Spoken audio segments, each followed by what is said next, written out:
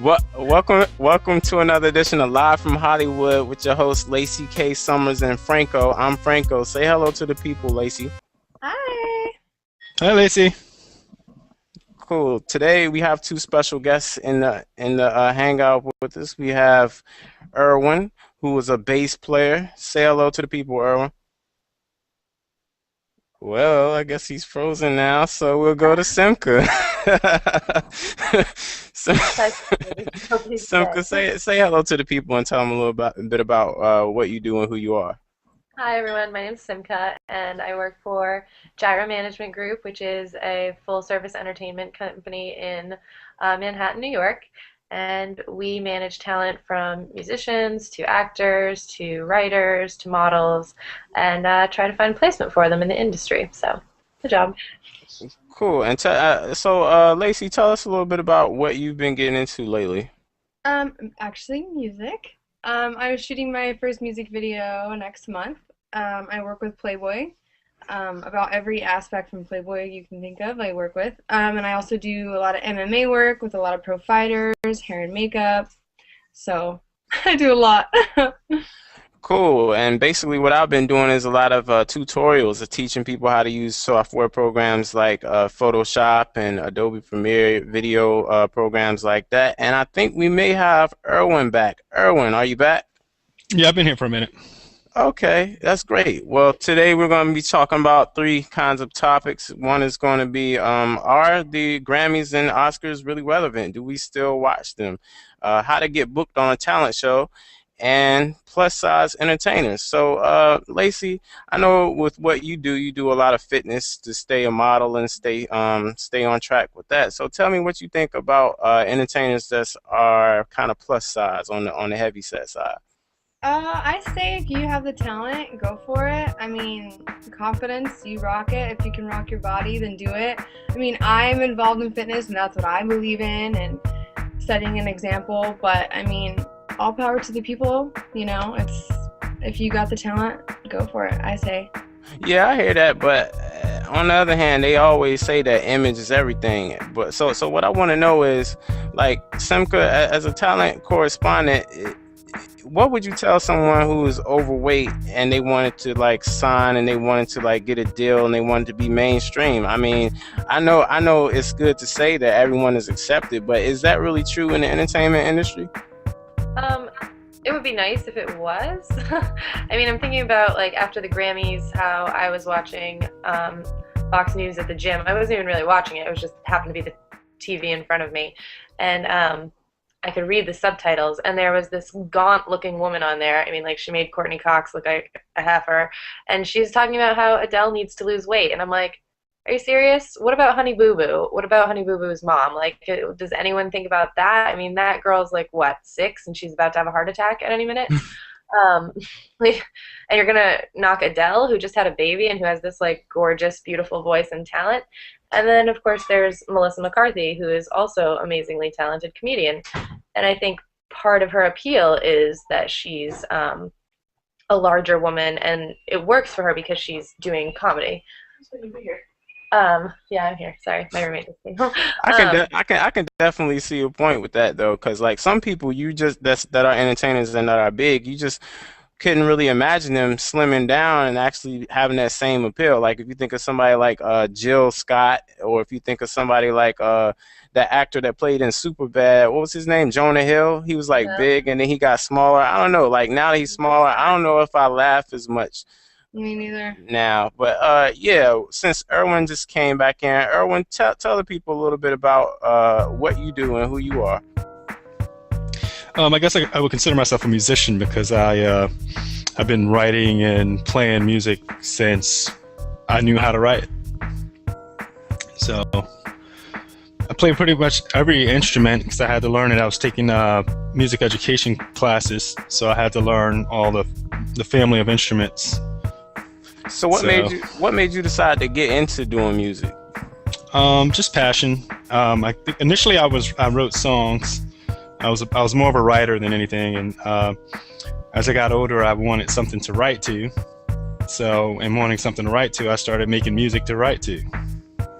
Oh, okay. So did you do a lot of performances, like on stage, live performances and things like that?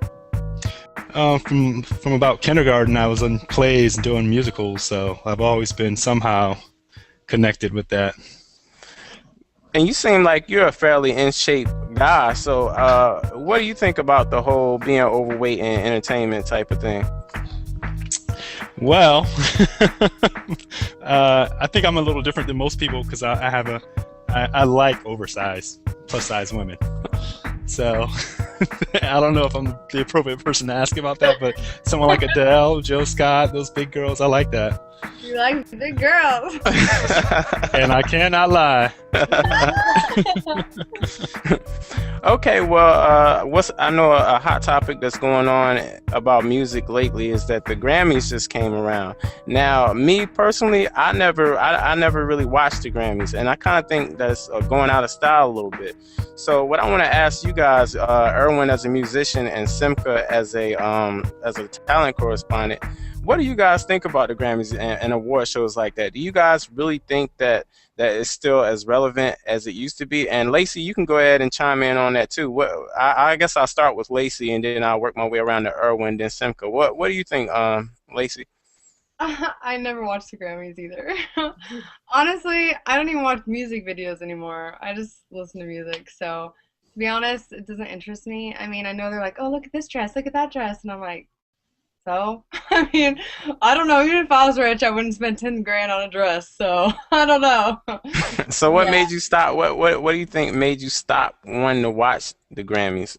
Did you I don't not ever watch it, or I was it just? watch it. It's just not interesting to me. It's just gossip. And, I mean, half the people getting awards, I don't think they should be getting awards, but that's just me. So, I just kind of don't watch it. Do you have a favorite music artist that's out now? Yes, I have two. I love Britney Spears and I love Christina Aguilera. So Like, if you heard that they were going to do a live performance on the Grammys, would you watch? probably not. I would look it up later because I wouldn't want to watch all the other crap. That's Okay, cool. So Erwin, as a musician, and you seem very very serious about your craft and things like that. What do you think about award shows like Grammys and Academy Awards and stuff like that? Are they relevant? Do you think they're relevant in what you do? I think they can be really relevant for people who are in the industry, and then of course their fans. Um, as far as myself, I don't really watch them. They bore me, and I don't have the time to sit in front of a television watching. I'm too busy playing music to be sitting watching someone else doing it. But I did hear one of my instructors, like I said, I'm in school, and he was saying it's probably a good idea to watch that to not just to hear what they're performing and see them performing, but to see how it's executed. Even from the standpoint of where the microphone's placed, how are they performing on stage? What are they doing here? Where was this place? Where was that place? How were the different people on stage? Where was their placement on stage? Just a bunch of different things that might apply to myself if I were going to do a show or something like that, or if I was going to set up a show or do some type of performance. So I guess from that perspective, it's probably worthwhile to someone, but otherwise, I'm not really paying attention.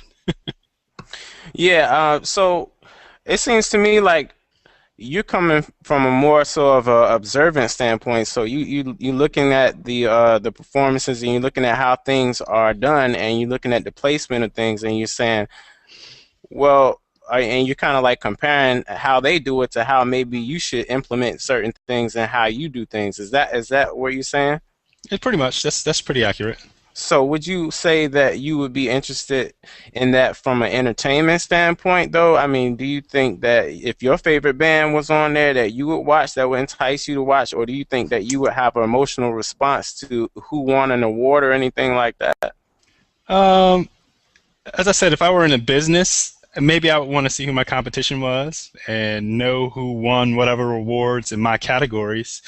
But other than that, I don't really have any real interest in watching it. And like Laci said, which is a really great idea, hey, it's on YouTube or TMZ tomorrow anyway, so I can watch it on Yahoo or wherever. Yeah, but the next day without wasting the time watching the whole thing. But the question is, do you watch TMZ? Do you watch TMZ though? If I happen to see something come up that interests me, but not as a regular type of thing. I wouldn't sit down and watch TMZ. I don't watch television, so it'd be kind of hard to get me in front of one. Exactly. So, okay, we got Simka back in. She got booted, so she's back in. So, Simka, question for you. We're Yeah. talking about Grammys and we're talking about Academy Awards, and we're trying to figure out, are they really relevant? And we just talked to Erwin, and he was saying that for the most part, he just likes to look at it from an observant standpoint and see what things he can implement in his own performances. So, from a talent correspondent, someone who manages talent, tell us what you think about shows like the Grammys and stuff. Hmm. Well, I'm not a huge fan of watching the Grammys for the same reasons that Erwin and Lacey said. Like, I just don't have the time to watch all of the people that most of them don't care about. I mean, I guess, yeah, they're still relevant. I like looking at the list of nominees and who won, and if I haven't, like, I haven't listened to Frank Ocean, which I feel like everyone's like, how can you not listen to Frank Ocean if you're like in the industry of like discovering musical talent? But I did know that Fun was going to blow up the first time I heard them. But anyway, so I like that aspect of it, like hearing about new artists, or not even necessarily new, just maybe songs that I haven't been exposed to before. But I felt kind of like the Grammy nominees this year were sort of like our Republican presidential candidates. Like, we could have just swapped them. Like, who really cares at all? Like, really, this was the best we've got. Call Me Maybe. Like, that's a catchy song, but up for a Grammy, I don't know. And it just kind of seems like so political. And then you hear things like Justin Bieber getting mad that the Black Keys won, and I'm like, are you kidding? Are you really trying to say that you have more talent than the Black Keys?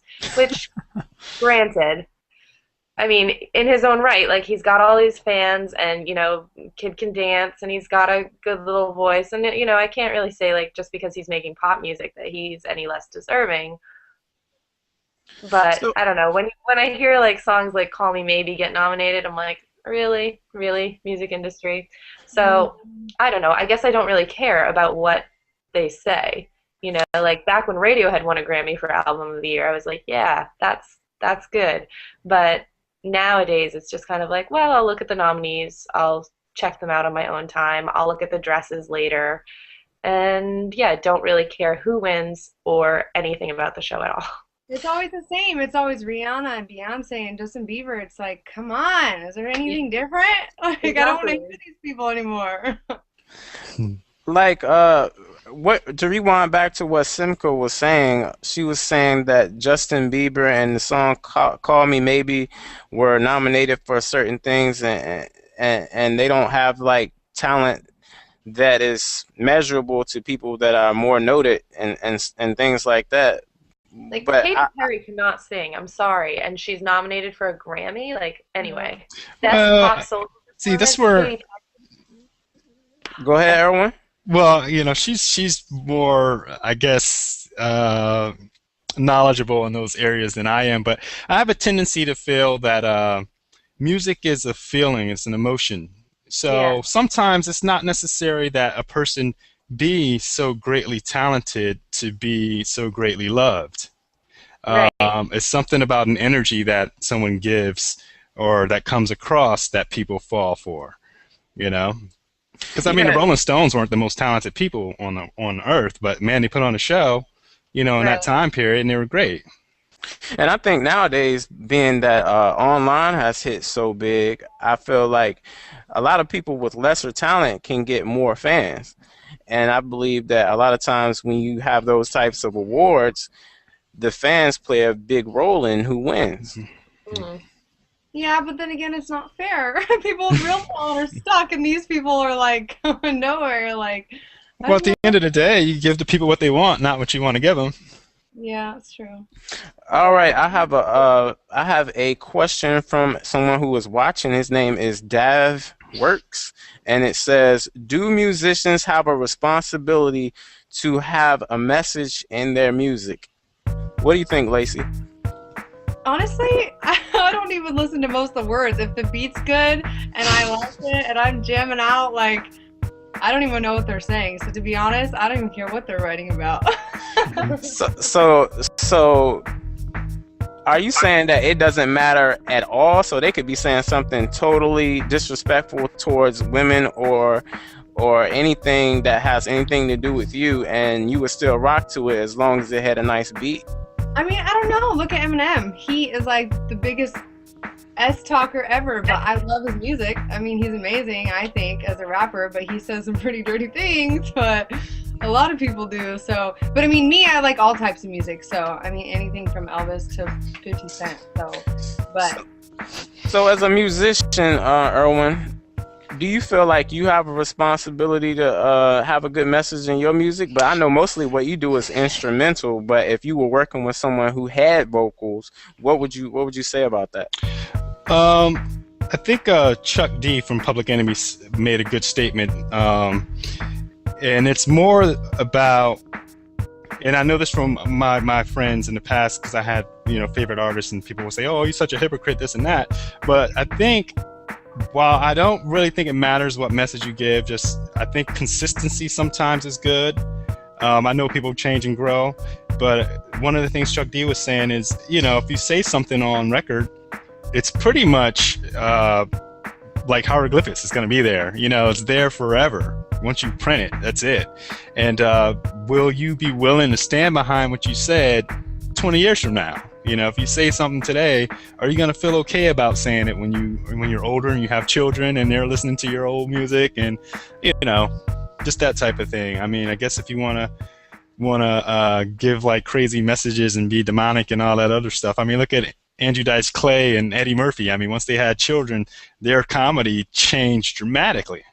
So from that perspective, I might say, yeah, my message probably should be something that's positive. And I'm just a positive person anyway, so I'll probably go in that direction. But I don't think we owe anyone that. And as long as someone is feeling it and they like it, it's all good. Yeah, I agree with that. I especially like the statement that you made when you said that people need to, that I think you said Chuck D said it. He was like, people should be able to stand on their music 20 years from now. So I'm thinking like a lot of these child people that come out as children, a lot of them like a little Bow Wow or something. He probably is like listening back to his music and it's like, well, what was I thinking back then? You know what I mean? New Kids on the Block is like, oh, what were we doing? Milli Vanilli is like, well, why did we decide to lip sync? So You New know? Kids on the Block is like, let's do it again. I think I did that when I was about a teenager. I was like, what was I wearing? Why would I ever do that? Yeah. Uh-huh. So, Simka, as a talent correspondent in the things that you do, tell us your opinion on that. Do you think that musicians have to have a responsibility to have a positive message in their music?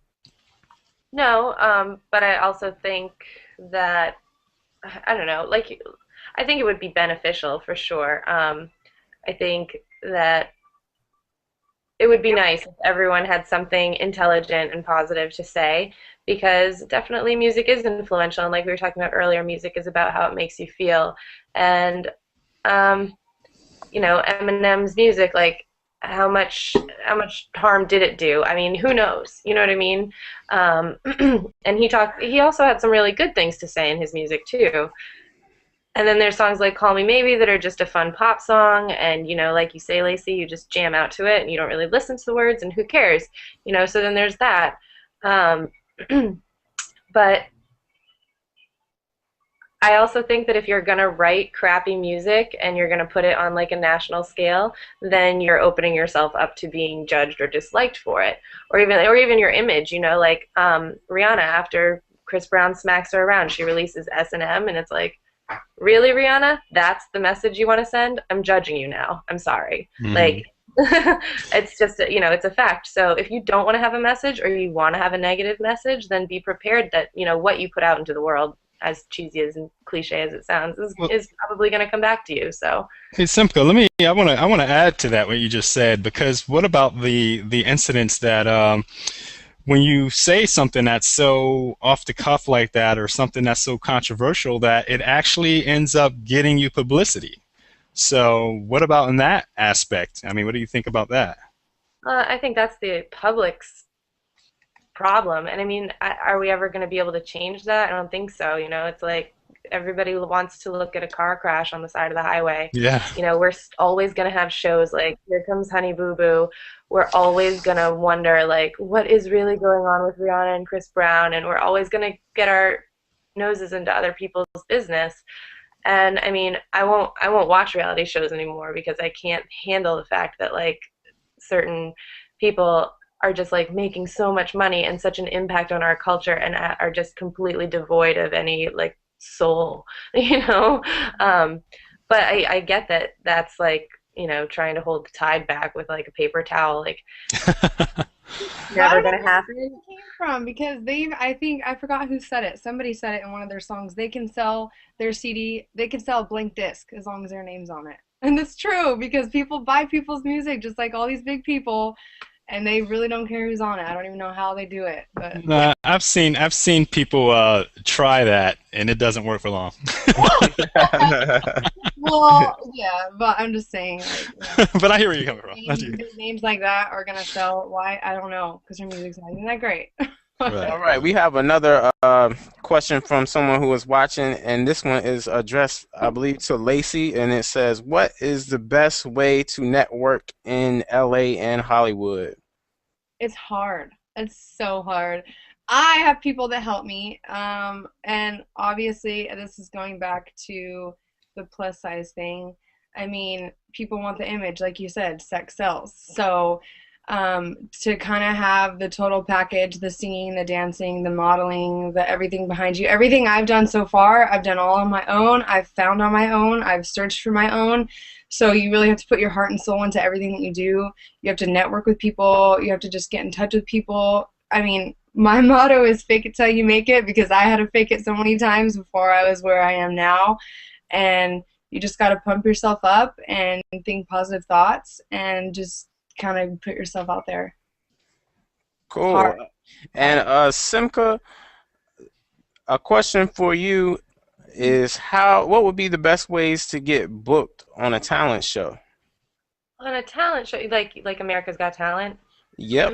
What I mean, well, that is just kind of open call. I mean, you have to show up early, be prepared to stand in lines in the cold or in the hot or in the rain or the wind for hours and hours and hours.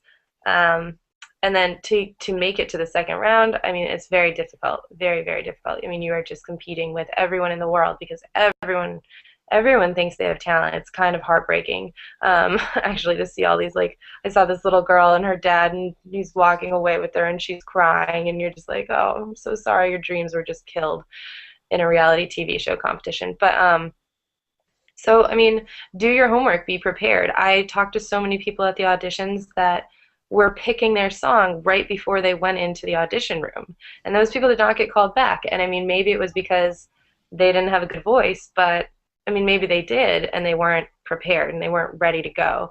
And I also saw a lot of people get really nervous. And so practice, practice, practice, practice.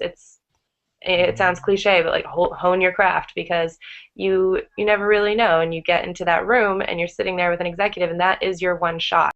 You have to take it. So I think really honestly practicing is the only thing. Get enough sleep the day before. Pack all of your stuff the day before because I also saw a lot of people, a girl show up without her driver's license. And not only was she, I mean, we let her audition still, but she wasn't really supposed to technically. So she could have got shut down and then like she didn't know how she was going to get back on her plane ride home. But anyway, so just, you know, be prepared. That's probably the best advice I can give you for a show like that.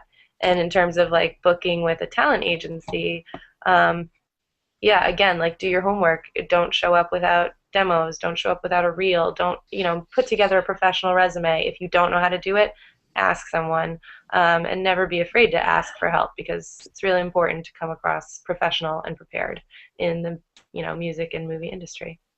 I Cool. agree. I agree with her, but I also have to say, I totally agree. But also for people out there that are trying that and don't make it, I mean, never give up, ever. Because You know how many times Christina Aguilera was told no, or Britney Spears, or all these bands, or these rappers? You know how many times they were told no before that one person was like, yes?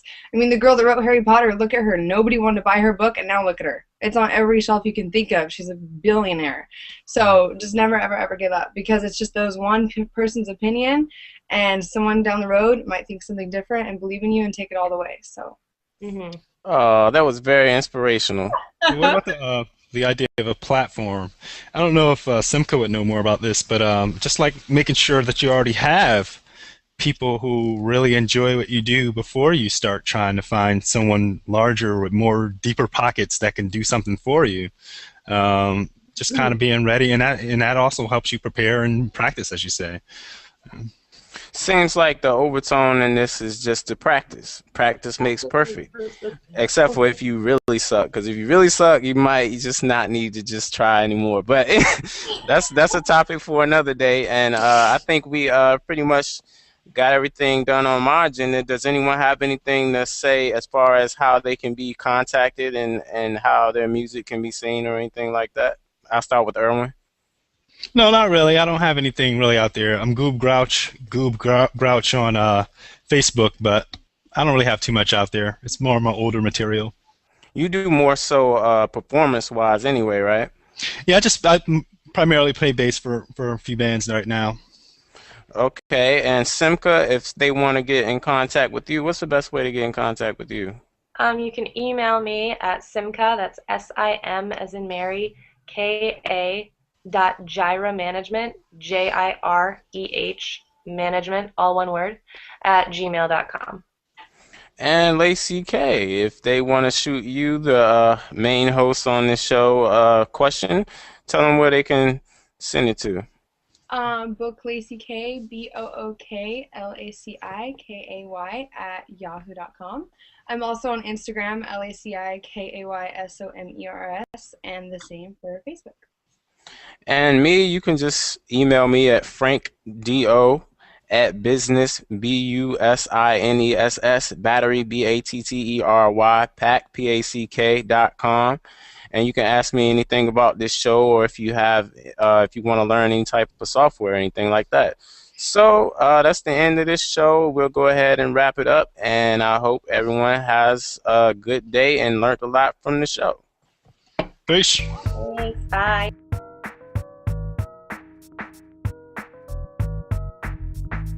So give us the rundown of the music labels that you work for. Sure, of course. So I started IRS Records. I worked there a few years. IRS was a really big label in the 80s. It was home to the Go-Go's and REM. When I worked there, we did have some name artists. I worked with a reggae guy called Pato Bonton. I worked with a group that was sort of, I guess you could call them adult alternative, called Dada. I worked a Black Sabbath record. I worked with a singer-songwriter named Kirsty MacColl from England. So it was a really great boot camp experience, all kinds of genres. Then I worked over at a small independent label called Alias Records in Burbank for about 6 or 9 months. And that place was, their biggest act was an indie rock group called the Archers of Loaf. Then I worked at Relativity Recordings briefly, but unfortunately they laid off the rock division. And over there I worked with like Joe Satriani and Our Lady Peace, groups, people who are still around today. Then from Relativity, I went to work at Virgin Records, which was really fun. And I worked at Virgin in Beverly Hills, and I handled, I worked with Daft Punk and Placebo, Brendan Benson, Gomez, Massive Attack, which was hugely fun. And from there, I went to Mammoth Records, and I worked with a really cool group from London called the Freestylers and Joe Henry. And then I went over to Yahoo Music. So I want to go here, click my magic wand again.